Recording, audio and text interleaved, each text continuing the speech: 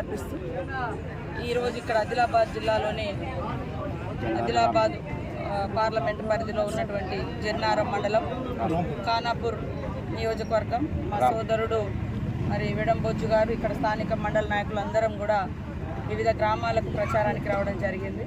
ప్రజలలో మంచి స్పందన ఉంది. కాంగ్రెస్ ఏం గ్యారంటీ అని కొంతమంది దుర్మార్గులు దుష్ప్రచారం చేస్తున్నారు.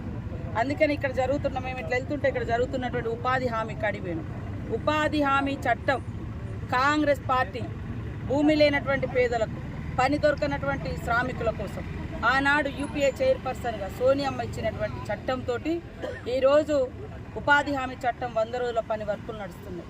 ఈ 100 రోజుల పనే వారికి మేజర్ ఉపాధి. మీకు అందరికి కూడా తెలుసు, గతంలో కరోనా వస్తే హైదరాబాదు వివిధ రాష్ట్రాలలో చదువుకోవడానికి పోయిన వాళ్ళు, చదువుకున్నోళ్ళు, ఉద్యోగాలు వదిలేసి వచ్చినటువంటి వాళ్ళు గ్రామీణ ప్రాంతాలకు వచ్చినప్పుడు ఏం దొరికిందంటే ఉపాధి. కరోనా టైంలో ఉపాధి హామీ పని. మరి మోడీ గారు ఏమిచ్చిర్రు?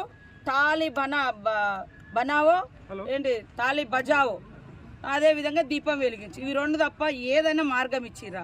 కాబట్టి రాబోయే కాలంలో బీజేపీతో రాజ్యాంగానికి ఎంతైతే ప్రమాదం ఉందో పేదలు చేసుకున్నటువంటి పనులకు కూడా ఉపాధి హామీ చట్టానికి కూడా తూట్లు పొడిచే విధంగా నిర్ణయం తీసుకోబోతున్నారు.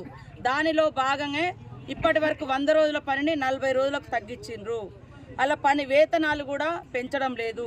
మా రాహుల్ గాంధీ గారు ఆ రోజు ఏదైతే ఉపాధి హామీ చట్టం తీసుకొచ్చిండ్రో ఆ చట్టం ప్రకారం 100 రోజులకు 100 రోజు పని కల్పిస్తూ ప్రతిరోజు 400 కూలీ 100 రోజుల పని కూలీలకు ఇవ్వడం జరుగుతుంది.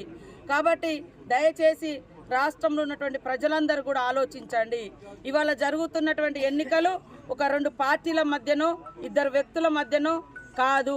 ఈ దేశ ప్రజల కోసం త్యాగం చేసినటువంటి ఒక గాంధీ సిద్ధాంతంతో రాహుల్ గాంధీ ప్రజల కోసం, ప్రజల హక్కుల కోసం, పేదలకు మంచి జీవన ప్రమాణాలు ఎదుగుదల కోసం ఆయన కృషి చేస్తున్నాడు.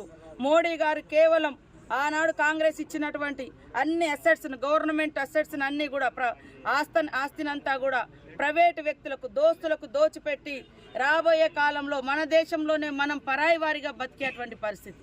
బ్రిటిష్ వాడు వచ్చేటప్పుడు ఎట్లుండే, వ్యాపారం పేరుతో వచ్చారు. ఇప్పుడు కూడా బీజేపీ ప్రభుత్వం వ్యాపారుల చేతుల్లో ఉంది తప్ప పేద ప్రజల చేతుల్లో లేదు, రైతుల చేతుల్లో లేదు, నిరుద్యోగుల చేతుల్లో లేదు. కాబట్టి మోడీ వచ్చినాక దేశంలో నిరుద్యోగం పెరిగింది. ప్రతి సంవత్సరం 2 కోట్ల ఉద్యోగాలు అన్నాడు. 200 ఉద్యోగాలు కూడా మన ప్రాంతాలకు రాలే.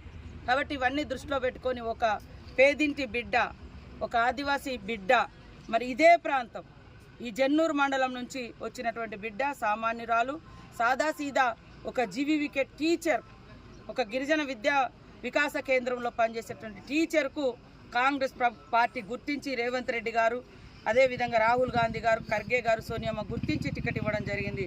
దయచేసి ఆమెను గెలిపించి 75 సంవత్సరాల తర్వాత మొదటిసారి ఒక మహిళ పార్లమెంట్లో ఇక్కడ పార్లమెంట్ అభ్యర్థిగా నిలబడ్డది. కాబట్టి ఒక అవకాశం ఇవ్వండి అని ఈ సందర్భంగా కోరుతాను.